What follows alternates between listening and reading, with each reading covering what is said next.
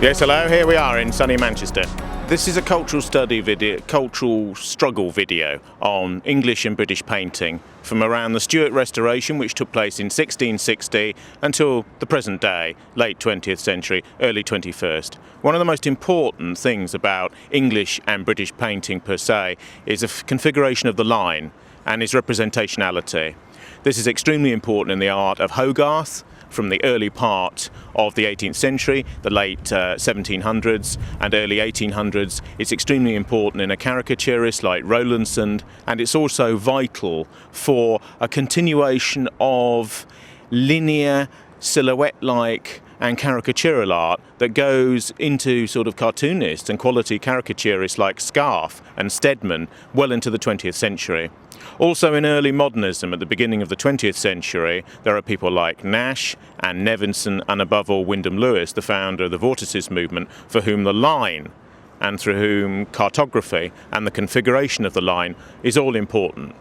Now, who were some of these people? Lewis founded a movement called Vorticism, which was the major movement of modern art in England and Britain in the 20th century. He was influenced by Cubism and by Futurism, which prevailed in France and Italy, respectively. Lewis had radically right-wing views and was associated with right-wing movements in the 20s to a certain extent, and he was associated tangentially with Oswald Mosley's British Union in the 1930s. He went blind after the war, but was still a BBC art critic for their well-known magazine The Listener at that time. His art is deeply linear, deeply Anglo-Saxon, deeply concerned with objectivity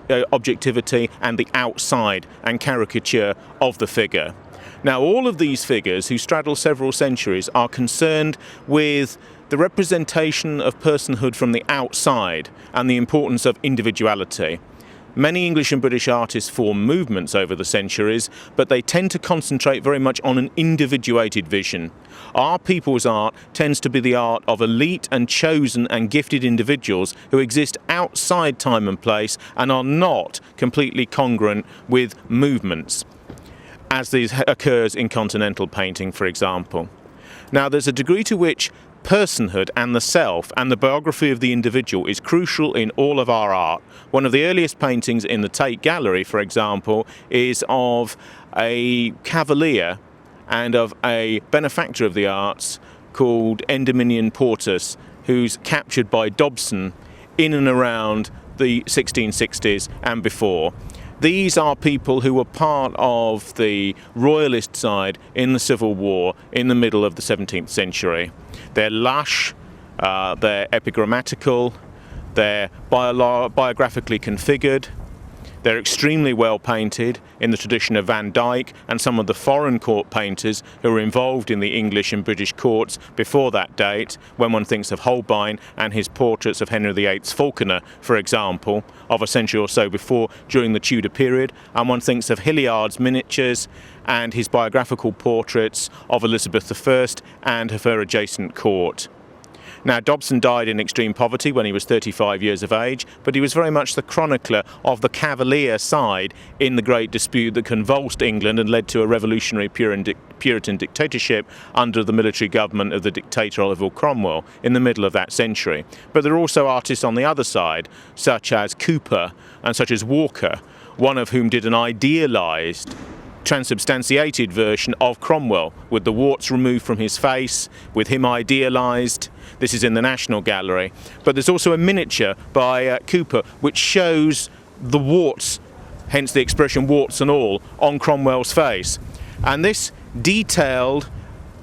minimal and exact portraiture and expression of the concrete in the individual is extremely important for all forms of British art. If you go through to Singer Sargent at the end of the 19th century, when he did a lot of industrial magnates from both Britain and America,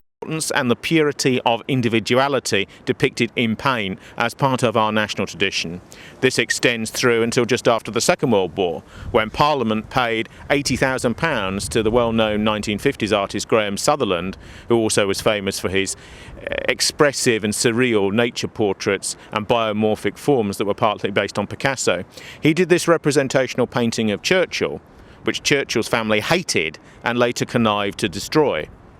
Now, Churchill's wife, Clementine, placed this enormous portrait, which is used on the front of various anti-Churchill and revisionist biographies, like by people like Cholmondeley of yesteryear, and she placed this large canvas down in the boiler room in the base of their mansion, Chartwell, and it buckled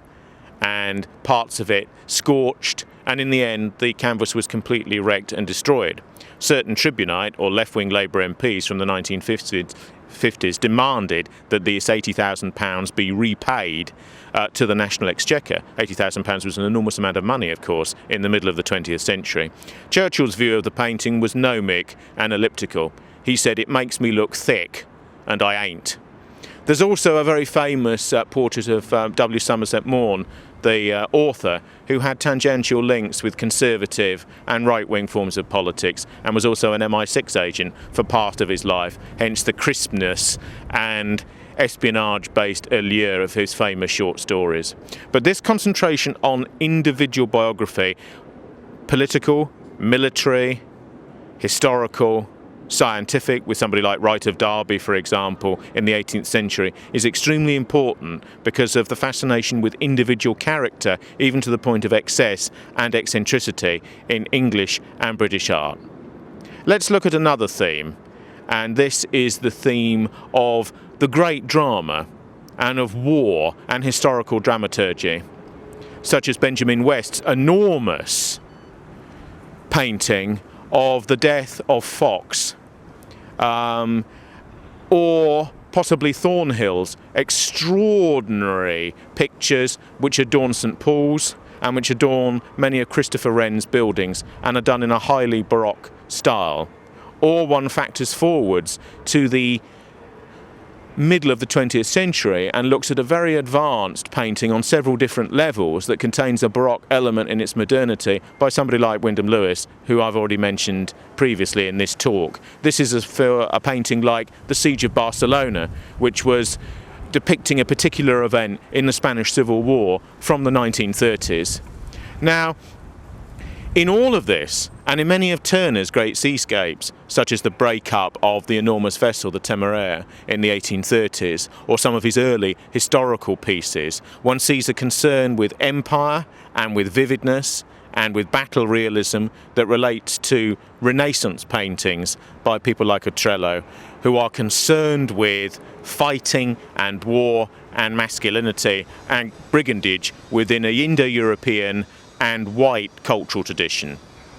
It's not a key element in British painting over the last 500 years, but it is always there, and it's only begun to die out towards the end of the 20th century as liberal ideas have got more and more of a hold upon artistic practice.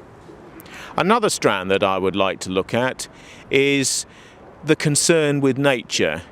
and pure natural beauty tending to watercolour and even Impressionism, which in Turner takes such a radical form that he almost preconfigures abstraction, and people like Victor Musgrave and Passmore and Nicholson well into the 20th century, even some of the smallish paintings by a sculptor like the Polish exile Gordia Breska from in and around the Great War in which he died.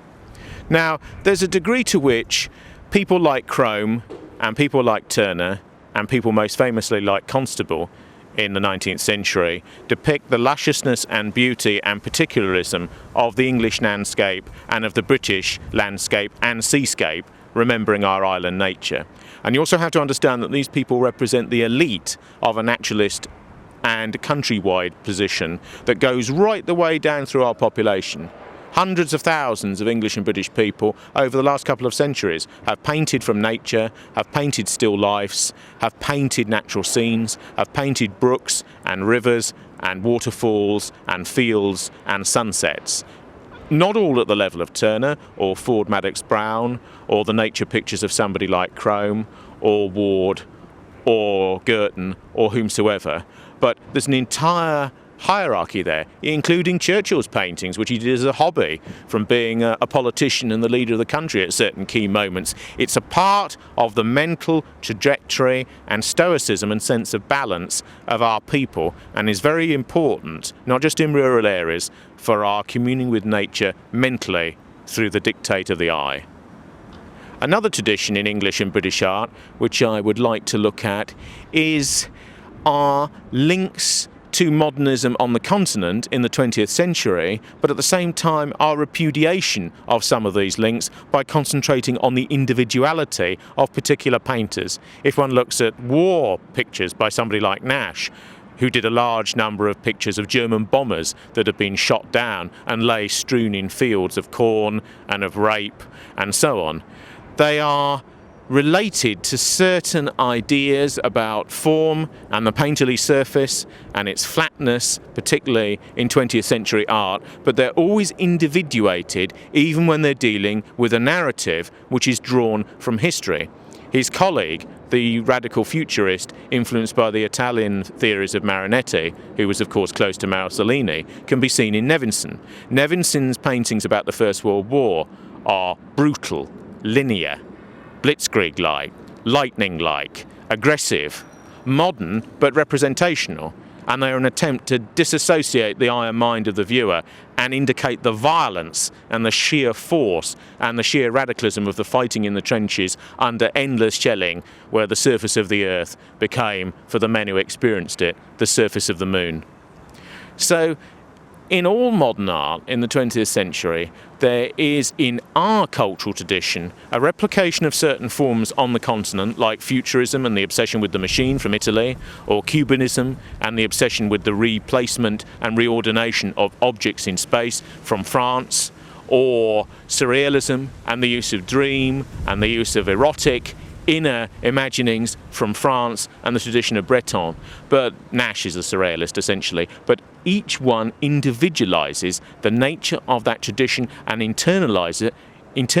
it and makes it their own. This in turn relates to another tradition in English and British painting which I'd like to mention en passant, and which concerns mysticism,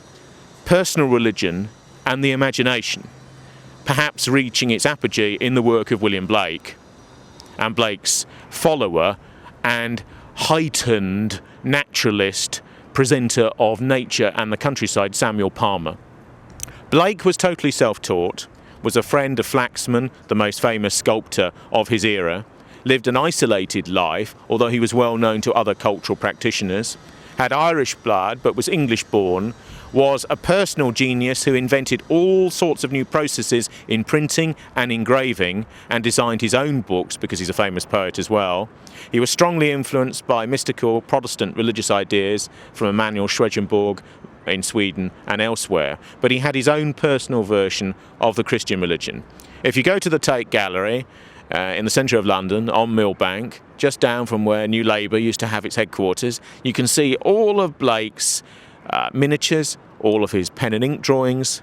all of his use of watercolour and gouache, all of his light paintings, the colour of which is draining from which in some of them now, and all of them are a fantastic species of the surreal and the personal. They're dreams of a religion, dreams of the spiritual animation of Pitt, dreams of the spiritual animations of Newton, which is later turned into an enormous sculpture by the Italian Englishman Palozzi, and which adorns the new British Library on the Euston Road, with a naked, semi-classical version of Newton looking down with scientific instruments upon the ground in a semi-mystical way. One of Blake's most famous paintings is the biography, even the autobiography of a flea,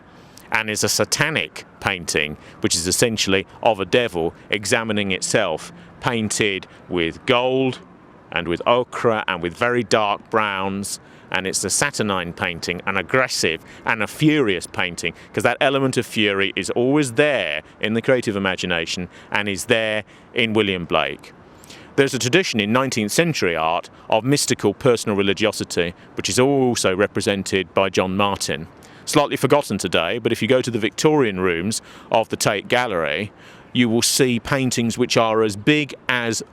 the wall of an average size building or average size office block. They were motion pictures of their day, and crowds hundreds deep used to queue up at places like the Victoria and Albert Museum in South Kensington in the middle of London to see these televisual images of biblical transformation. Enormous paintings of the end of the world, enormous paintings of heaven and hell, great panoramic versions of the Last Judgment, many versions of Revelations in the Protestant 1611 Bible were transfigured into paint by somebody like Martin, who exists in a naturalist tradition because he's painting in a representational and highly lucid way, but he's also painting in a violently imaginative way which is personal to his own religious imagination. And this individuation of larger religious ideas comes forwards and backwards in our art and is ever present from Holbein at the beginning all the way through to somebody working in a Gothic and decadent way like Francis Bacon at the end. Now, if we go back to the beginning of our painting, one of the most extraordinary early paintings in this 500-year round is Holbein's The Ambassadors, which a couple of years ago was re-cleaned and represented and given virtually a room of its own in the National Gallery, which occupies one of the four corners of Trafalgar Square. Now, this painting is of two foreign ambassadors to the court, the Tudor court of Henry VIII. It's on an extraordinary green background, and they've got scientific instruments, including a skull and calipers and a globe of that era behind them. Some say that it's a Catholic, restorationist and anti-Reformation painting. The Reformation, of course, was when the Protestant side of Christianity split away from the Vatican, Rome and the Catholic Church. There is also a skull which is elongated and seen from a particular distance and on its side, and which cuts the painting laterally in two, viewed from its base, and which is an extraordinary feature of nightmare and the dream and violence and the surreal, otherwise intruded into what looks like a stately biographical treatment. Because always with painting, there is the intrusion, which you get in film now, which has taken on in the 20th century certain painterly functions, of the semi-conscious and unconscious parts of the mind. Always dream, erotic desire, fantasy, fantasies of power and of completion and of violence and of being are intruding into representational pictures of nature or of still lives or of the human face or of men in battle or semi-erotic biographical pictures of women by people like Gainsborough and Thomas Lawrence and Gilbert Lely, and pictures of Whiggish politicians at the beginning of the 18th century by people like Godfrey Kneller and so on. All of this art is unknown to large swathes of our population, most of whom have only heard of these figures very briefly, have never been introduced to them, and this is particularly so of the generations that have passed through comprehensive education, so-called, in the 1970s and thereafter. And this is a criminal waste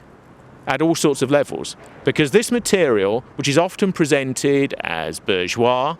or boring or elitist or not for the mass of the white population, is actually the cultural inheritance over the last half millennia of the indigenous population. Art works in this way. There are certain elite individuals who may in their own lives be quite bohemian and marginal figures, but they replicate in prose, in other forms of writing, in film now, in painting, in sculpture, three-dimensional,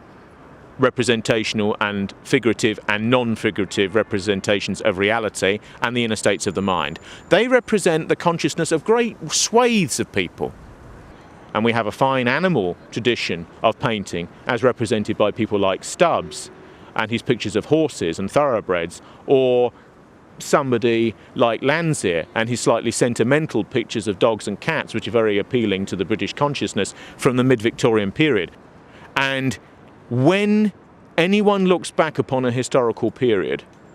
they look back in part at battles and what has been achieved economically, but ultimately they look at the culture that has been produced. And we have produced an enormous amount of art over 500 years. And when people open The Sun and they open tabloid newspapers and they see what passes for art at this time, they should understand that a lot of this work, which is, for example, called the Turner Prize, and which is backed by the governing council and committee at the Tate Gallery, led by Nicholas Sirota, who's governor of the Tate Britain, wherein a lot of the art that I've talked about in this brief talk is situated. People should realise that this is a brief snapshot of rebellious, left-inclined conceptual art that is rebelling against the whole tradition which has preceded it, at least in part, even though parts of it are actually a dissolute and occasionally good, but largely bad continuation of what has occurred. So you have a great swathe of our population who know very little about cultural forms in the past and who are introduced to slightly decadent contemporary forms which are rebelling against that past of which they know nothing. And it breeds a general contempt for the whole area, which seeps into the society and creates a self-contempt amongst many people for who they are and what they are and where they have come from, and the glory that was once theirs, that is culturally replicated in the ways in which I've described, and politically as well as culturally can be theirs again. Thank you very much.